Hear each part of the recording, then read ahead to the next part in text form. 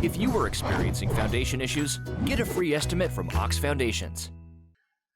And Coach Adam Fossett, the B.B. Comer Tigers, joins us this morning, brought to you by the B.B. Comer Booster Club. After an opening week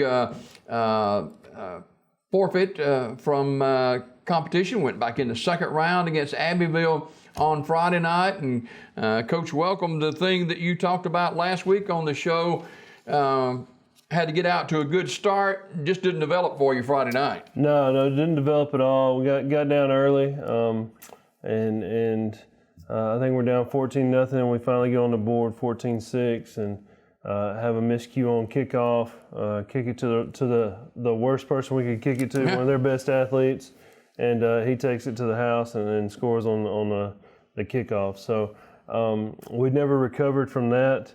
We fought all night to try and get back, and I thought our guys did a good job fighting and never quit. And that's one thing that they've done over the years, and that's one thing that we've instilled in them is play till the end. But we just didn't get it done. The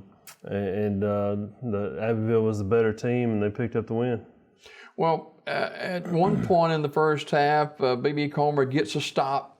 Looked like it's going to be forcing a punt on the third down, but you roughed the passer and gave them first down. They took it in for points. Right, yeah. Some breaks there that we had, and looking back at it, it was definitely a legit penalty, and it was a hustle play on our kid's part, but he should have let up and just kind of let the play develop. So we gave up points there. We tried to score right before the half. We're trying to get momentum and score again. We have an interception, and then they go down and score again. So they put up 14, 16 points right there that really pushed against us. So that hurt us. And then going into halftime, it was I can't remember the score, but we were down 3 scores, and that was the discussion coming out of halftime is, hey, we get the ball back. We got to maximize our possessions and capitalize on possessions and get stops, and we can be in this ball game. So we maximized on a few possessions, but not as many as we needed to, and it led to the end result. Well, B.B. Comer finishes the season at 10-2, actually, right? 9-2. 9-2, okay. 9-2, yeah. And there hadn't been many teams that reached that 10-win plateau in the history of B.B. Comer. Right, yeah. Only 3 teams in the history of B.B. Comer have 10 wins, and that was something we were shooting for, was to be that 4th team and to get 10 wins in a season. And you look at our senior class, and in a 2-year span, our senior class is 15-8, and with 2 playoff trips, 2 second-round trips. So it shows that we're making some strides and we're doing the right things. You can't. You always want to continue playing. You always want to continue that process, and our guys believed that they could beat anybody on any field, and that wasn't the case on Friday. So to see our guys put in all that work and to not succeed at what they do, that's tough as a coach. But for us to do the things that we've done in the period of time that we've done them, man, it's hats off to those kids and the seniors and juniors that have stuck through this, especially since I've come along. Man, the program is in a great place. B.B. Comer never quit, played through the final whistle. As a matter of fact, touchdown on the final play of the game. Yeah, so our young guys got in, and it's important. It's important for those young guys to experience playoff football, to experience tough competition, to experience those things. And anytime we can get them in a game, we're going to get them in a game. We're going to put them in situations, and we try not to dummy down our offense or dummy down our defensive calls when those guys are in. We want to see what they can do with our calls and with our playbook. So Rayleigh Sims did a good job executing the last drive. We're trying to get a score at the end, obviously, and he rolls out, nobody's open, so he takes it and dives in the end zone there in the corner and gets the score as time runs out. So Abbeville, we just didn't have the answer to some of their athletes, and they've got some on that team. no doubt, 10 and 11 are very good athletes. 3 and 2, very good. 3 was a nose guard, and he's probably one of the quickest, more physical guys we've seen all year. And 2 was at the linebacker position. He really didn't have two didn't really have an assignment other than find ball, hit ball, and he did a good job of that. Talking to our linemen on in between series and stuff like that. Coach, he's there, and then he's not there, and then so he was elusive, and they've got a good ball team. They've move on. They play at home again this week, so Isabella travels to Abbeville, and you look at our schedule. We're 9-2 on the season, and our 2 losses are 2 teams that are still playing in the playoffs. Yeah. So we lost to Abbeville and lost to Lynette, and both of them, if both of them win this Friday, they'll meet up in the semifinals, meaning that one of the teams that we lost to will be playing for a state championship. Only 5 seniors on this Tiger Club, and that bodes well for the next year. Yeah, it does. 5 seniors, and we'll miss those guys. We have a good nucleus coming back, and right now we have 15 juniors. So you talk about a huge. What does that mean? A lot of those guys played this year as sophomores, and next year, you'll have 15 seniors, and you develop them season after season, and it pays off in the long run. Yeah, it does, and the classes ebb and flow now. I mean, we've got these 15 juniors, but after that, sophomores, we've only got about 7 or 8 sophomores, and then freshmen, we've only got 5 freshmen. So the classes. You have this happen in high school football. The good thing about the 15 juniors coming up is that it'll be the 4th year in our program. It'll be the 4th year in our terminology, the 4th year in our expectations. So we're going to do some stuff in the off season with those guys off the field, as far as leadership, as far as persevering, as far as expectations and things like that, to hopefully build this team up and to get us over the hump, to get us to that next step, to get us to the 3rd round, to get us to possible 4th round and things like that. So, you try to, as a coach, you try to figure out the mental and physical aspect of it. And I feel like we have a great grip on the physical aspect of it. Mentally, we've just got to understand that hey, every week is going to be a tough week, and then you get into playoff football every week, the teams are good. You can't overlook anybody in the playoffs. You get into region play, and you look at the region play, and you get into week 5 of region play, and you see who's doing well and who's not, and who you have coming up on the schedule.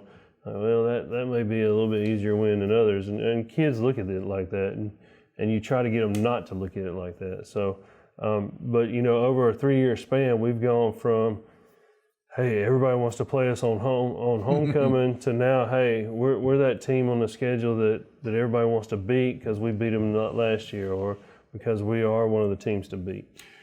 A lot of teams would love to say, hey, we finished the season at 9-2. No doubt.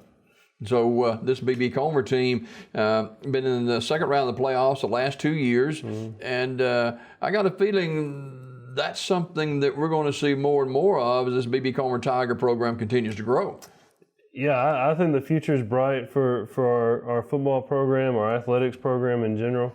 We're definitely headed in the right direction. That happens with great coaches involved. That happens with parent involvement, with community involvement, and you look at last Friday night. I asked for a crowd. I asked, hey, let's get the band there. All that happened. They came through with that, and we had a huge crowd there. The band was there, and the atmosphere on our sideline was great. It was all through the game. We had those guys, we had those fans, and even late in the game, there's fans, yelling at our guys, hey, keep your head up, hey, and fans know, hey, there's 3 minutes left in the game, and we're down by 20-something points. The writing's on the wall, so to speak. But there's fans yelling at our guy, hey, keep your head up. Y'all have had a great season. So that support is huge. That support is, and that's what those guys need to hear. That's what the kids need to hear, because they left it all out on the field, and we came up short. So those 5 seniors that you mentioned played their last game for the B.B. Comer Tigers, and they'll certainly be missed. And some of those guys have been with you since you've been there. Yeah. So Jacob and Raphael have been there since I've been there, and we're going to miss those guys. They're both key guys for our team. The other 3 guys that came in and played, man, we depended on them heavily as the season went on. Zach Murphy and Caleb got a lot of snaps defensively, and then Lane was getting some snaps offensively and on special teams to help us out. So, you want those guys to be successful, and with off season comes what's next for them. So. Raphael, we are working and working the recruiting side to find him a home at the next level, and the rest of them are looking at college and trade school and things like that in their future. So for people, Coach, who may not know the ins and outs of high school football and playoff competition, and you got travel, you got media trying to get to you to get this, that, or the other. You never know what you may find when you go to as a visitor, because all the facilities are not the same in high school football, and it's always a challenge. Yeah. There's always a challenge. It's the media fanfare. You got to make sure you have all the rosters and stats to people in the radio stations, and then you have travel and meals, and anytime you go to a place that you haven't been before, it's a judgment thing, because you want to get there early enough that hey, we have time to do everything, but you don't want to get there too early, and then you have to work on timing, and so it's kind of a crapshoot. You have to really guess it and figure it out. So last week I think we probably got there a little bit too early, had a little bit too much downtime, but and then that goes back to the mental preparation of things. We had time to walk the field and check the field out and things like that, but this team plays better on the fly. This team, sometimes I think we waste time doing warm-ups because we just go out ready to play. Yeah. And a lot of teams. This is my 13th season as a head coach, and I've been able to get a read on all the teams during warm-ups. I can tell you, I've told my dad before, hey, we're going to lose this game, and he's like, what are you talking about? I'm like, warm-ups were bad. And this team, warm-ups could be terrible, and we'll go out and play great. Just the opposite. Yeah, it's just the opposite. Or warm-ups will be really, so-so, and you get back to the locker room, you're like, guys, you got to wake up. Like, we're getting ready to play ball, and then we go out and dominate the game. So you really need a psychology degree to get into coaching these days. And what a year this has been, Coach. Yes. I mean, what a season. Started back in March and hadn't ended yet with all this stuff. Right, and that's the thing too. I think we have to look at the big picture of things. We have to look at what, not only what we accomplished, but what we accomplished it in, and a lot of unknowns, a lot of hey, you may play this week, you may not play this week. We discussed the layoff, and I chose not to look at the negative aspect of the layoff. Looking back, it probably did hurt us not playing 2 weeks in a row, but again, it was something that we couldn't control. Sure. So that's something that we chose not to look at. But and then you have a couple people. My kids were upset because there's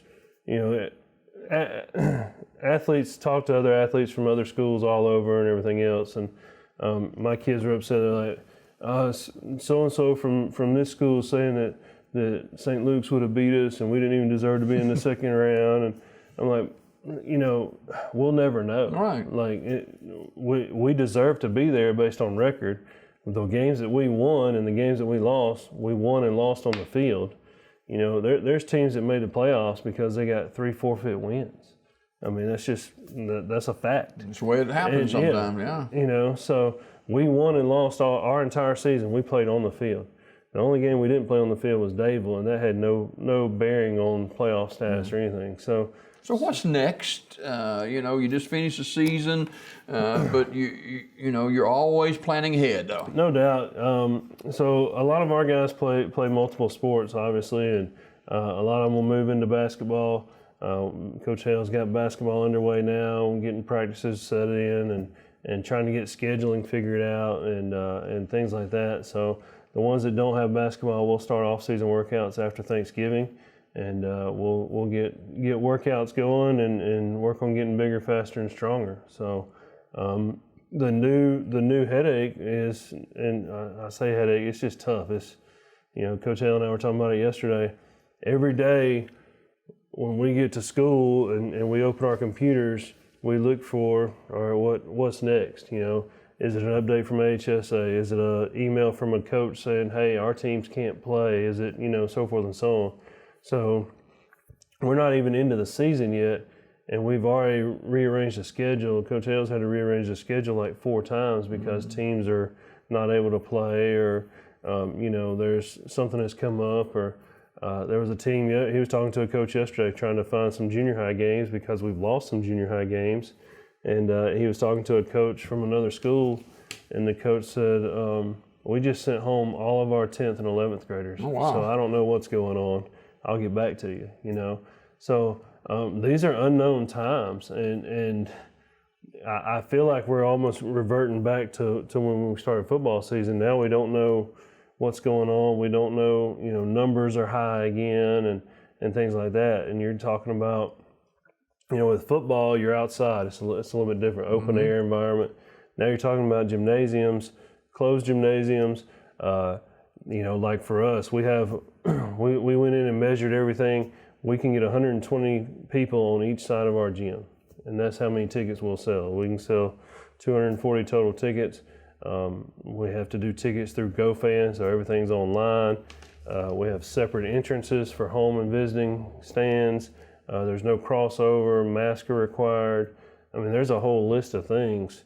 And you have to, did you say last week you had to, once JV game's over, you have to clear the crowd out? Well, is that? Well, right now we don't have to do that. What we Okay. do have to do is we have to sanitize the locker rooms. All right. So, you know, when a JV game's going on, usually the girls go in to get dressed during that time. So now we have to tell the JV teams that they need to put their stuff somewhere over to the side, because during the games, I have to go in and sanitize. After halftime, I have to go in and sanitize so that the girls can go in and dress. They'll go in and dress and come out. Before JV can go back in and dress in, I have to sanitize again. So, yeah, And as the athletic director, you know, dollars are affected, and you know, we use dollars to buy equipment and all this kind of stuff, and everything is so topsy-turvy. Right, yeah. And you don't know, like, we discussed that the other day, like, the way our schedule's set up, and it's just the way it happened, the front end of our schedule is very road game heavy, and we discussed a senior night, like, hey, let's go on and plan senior night. So our plan is, you know, we're going to do senior night early in the season in case that season's taken away. And as parents and as athletes, we have to understand that this can happen. I mean, if you look back at spring sports, if you had a high schooler last year that was in track, baseball, softball, any other spring sport that's going on, man, it was gone. Like, I remember it very clearly. The day that we got out, we were supposed to come to Sylacauga for our first track meet. And all of a sudden, hey, we're going home and we don't know when we're coming back.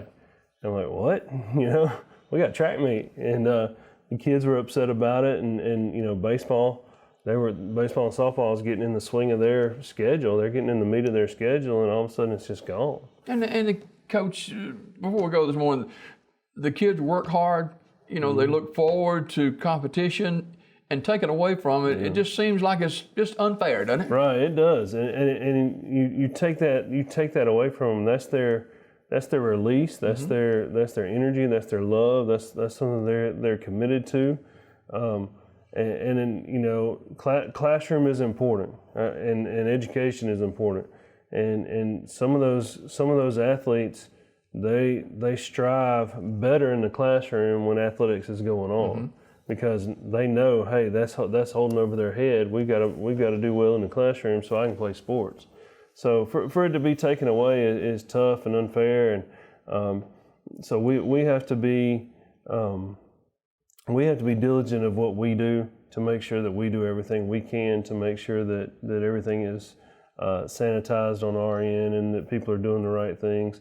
But it's really a blessing to be able to play and have the sports that we have and have the games that we have. So the process continues. No doubt. Coach, appreciate you joining us this year for the Coach Adam Fossett Show and B.B. Comer 9-2. What a fantastic year for the Tigers. Look forward to bigger and better things even next year, and hopefully we'll be talking about COVID-19 being in a rearview mirror by then. But we do appreciate you coming. I know it takes a lot of time out of your schedule, but we're proud of B.B. Comer, and I know you want to speak to the fans before we go this morning. It's been supportive all year of the Tigers. Yeah, no doubt. We appreciate you coming out and supporting us. We appreciate the donations to help be able to get us to the playoff game, and that was a huge rally to get the band and the football team and cheerleaders on charter buses. And the Tiger Nation came together and made sure that happened for us. Just yesterday, I was going through my mailbox at school and opened up a letter. It's a $100 check from somebody that said, "Hey, this is in the memo, donation for football playoffs." So every little bit helps, and we appreciate that. But the big support is being there. The big support is cheering our guys on and being vocal for them, and they love that and they feed off of that. And we need that energy to continue for basketball as many as we can get in the gym safely and move forward. It's great to be a Comer Tiger. That's right. Thank you. Coach Adam Fossett, the head football coach and athletic director at B.B. Comer, as the Tigers end their season at 9-2. We got more daybreak just ahead. Don't go away.